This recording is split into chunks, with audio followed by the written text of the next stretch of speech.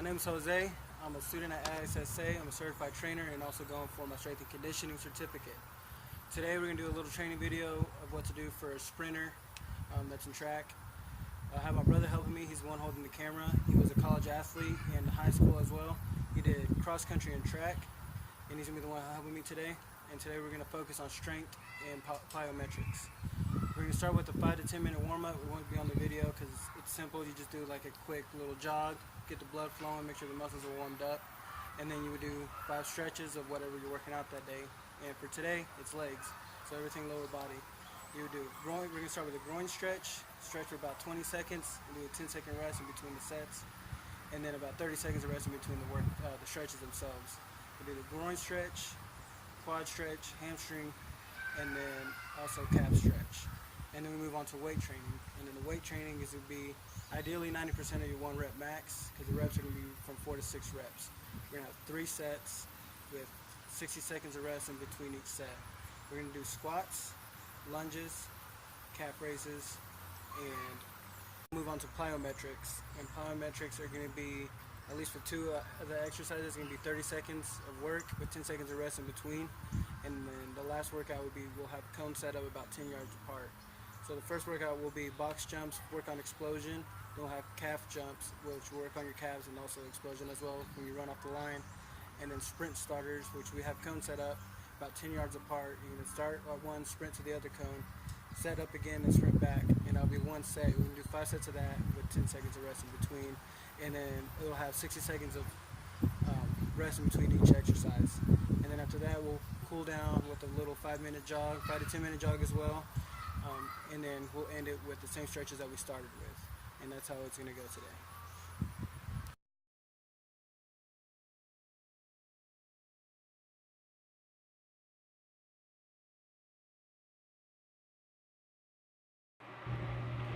After our warm-up, which was a 10-minute jog at about 75% max effort, we move into static stretching, starting with the groin stretch. You put your feet together, butterfly style, and try to bring your feet as close as you can to your body, or until you feel slight tension, and hold that for about 20 to 30 seconds. You would do 3 sets of this. And then we move on to our hamstring stretch, or toe touches, and you reach as far as you can if you can't touch your toes, and hold that again. When you feel slight tension, hold that for about 20 to 30 seconds, and also will be 3 sets of this with 10 seconds of rest in between each stretch. Next will be the quad stretch, and there's multiple ways to do this, but today we'll do it standing up. You bring your heel back to your butt like you're doing butt touches, and then just hold that tension for about 20 to 30 seconds. You should feel nice tension in your quads, and you do this 3 sets each leg.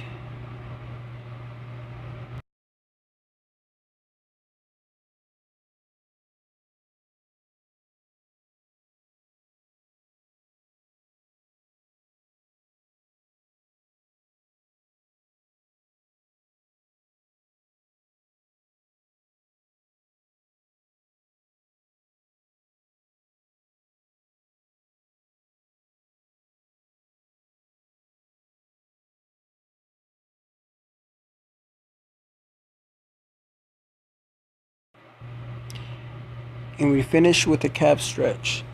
To do this, you would just put your toe up against the wall, heel touching the ground, and lean forward slightly until you feel some slight tension in your calf. And you would hold that position for about 20 to 30 seconds, and you would do that 3 sets each leg, and you would rest about 10 seconds between sets.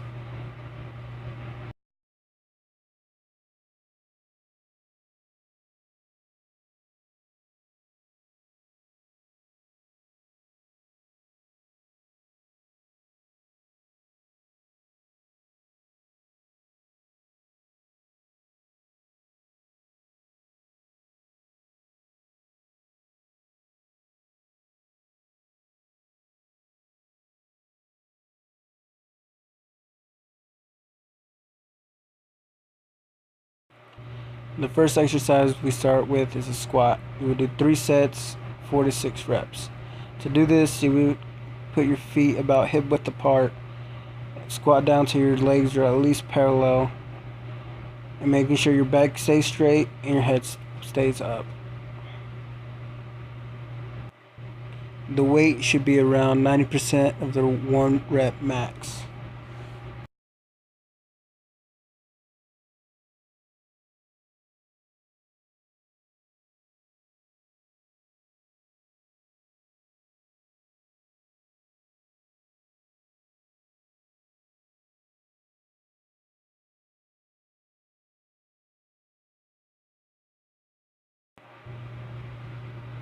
Next exercise is walking lunges.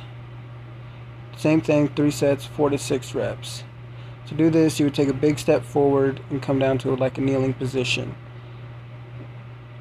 You want to make sure you go down parallel, try not to touch your knee on the ground. Keep your back straight and your head up, just like a squat.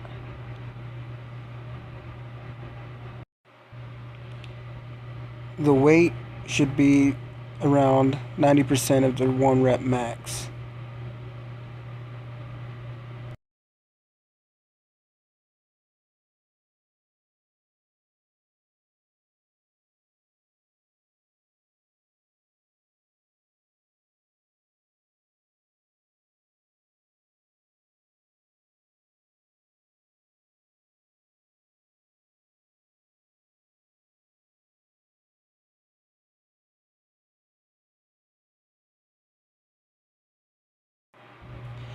Third exercise is leg curls. It's pretty simple to use machine. You would do 3 sets of 4 to 6 reps.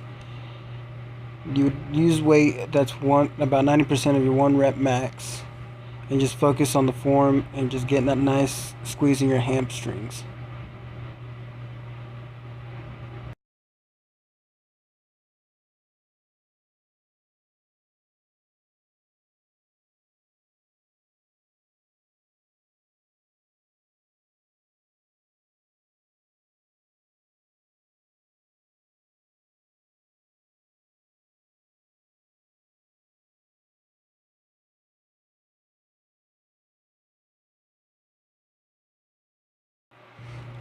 The last workout for the weight training portion is calf raises.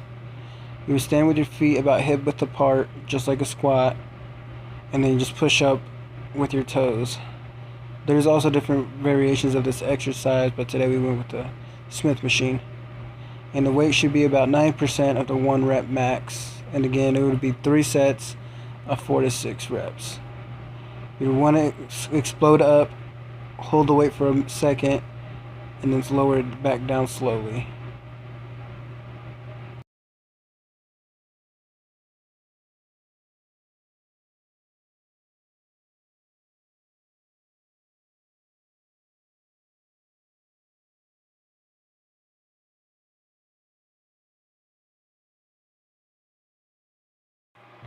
The first plyometric exercise is box jumps. It's a pretty simple exercise and it helps a lot with explosion. You just jump up and then jump back down. Do it as fast as you can for 3 sets and working for 30 seconds with 10 seconds of rest in between each set. 60 seconds of rest in between exercises themselves.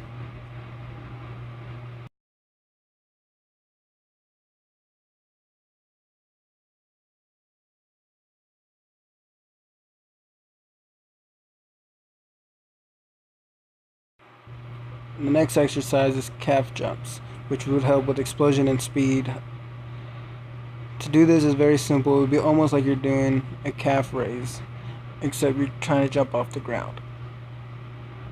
You would do 3 sets with 30 seconds of work and 10 seconds of rest in between exercises, with 60 seconds of rest in between before the next exercise.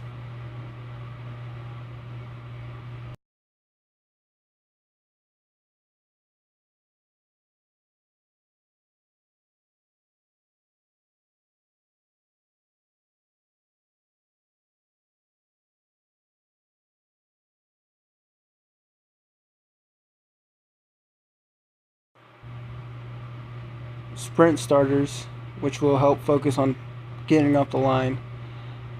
You would do 5 sets, 5 reps. 1 rep would be run down to 1 cone and back. That would be 1 rep. The cones are going to be set up about 10 yards apart.